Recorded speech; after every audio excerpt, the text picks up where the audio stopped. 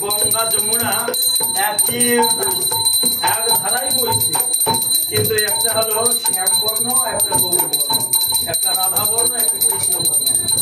জলের কালার একটা কালচে, একটা সাদা, অথচ কিন্তু নদী একটাই, গঙ্গা যমুনা দুটাই বইছে এক ধারায়। এক পাশে নীল জল,